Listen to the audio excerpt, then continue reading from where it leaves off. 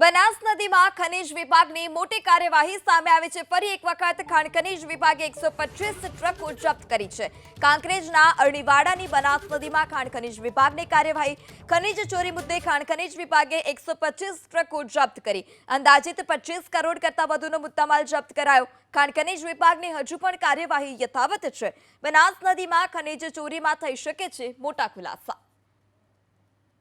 25 કરોડ કરતા વધુના મુદ્દામાલને પણ કબજે કરવામાં આવ્યો છે। ખાણ ખનીજ વિભાગની મોટી કાર્યવાહી જોવા મળી હતી બનાસ નદીમાં કે જે કાંકરેજના અરણીવાડાની બનાસ નદીમાં હજુ પણ જે કાર્યવાહી છે તે યથાવત છે। આ અગાઉ પણ અનેક ટ્રકોને ત્યાં રોકવામાં આવી હતી।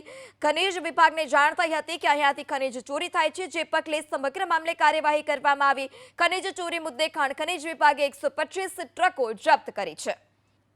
25 કરોડ કરતા વધુના મુદ્દામાલને પણ કબજે કરવામાં આવ્યો છે। ખાણ ખનીજ વિભાગની મોટી કાર્યવાહી જોવા મળી હતી બનાસ નદીમાં કે જે કાંકરેજના અરણીવાડાની બનાસ નદીમાં હજુ પણ જે કાર્યવાહી છે તે યથાવત છે। આ અગાઉ પણ અનેક ટ્રકોને ત્યાં રોકવામાં આવી હતી। ખનીજ વિભાગને જાણ થઈ હતી કે અહીંયાથી ખનીજ ચોરી થાય છે, જે પગલે સમગ્ર મામલે કાર્યવાહી કરવામાં આવી। ખનીજ ચોરી મુદ્દે ખાણ ખનીજ વિભાગે 125 ટ્રકો જપ્ત કરી છે।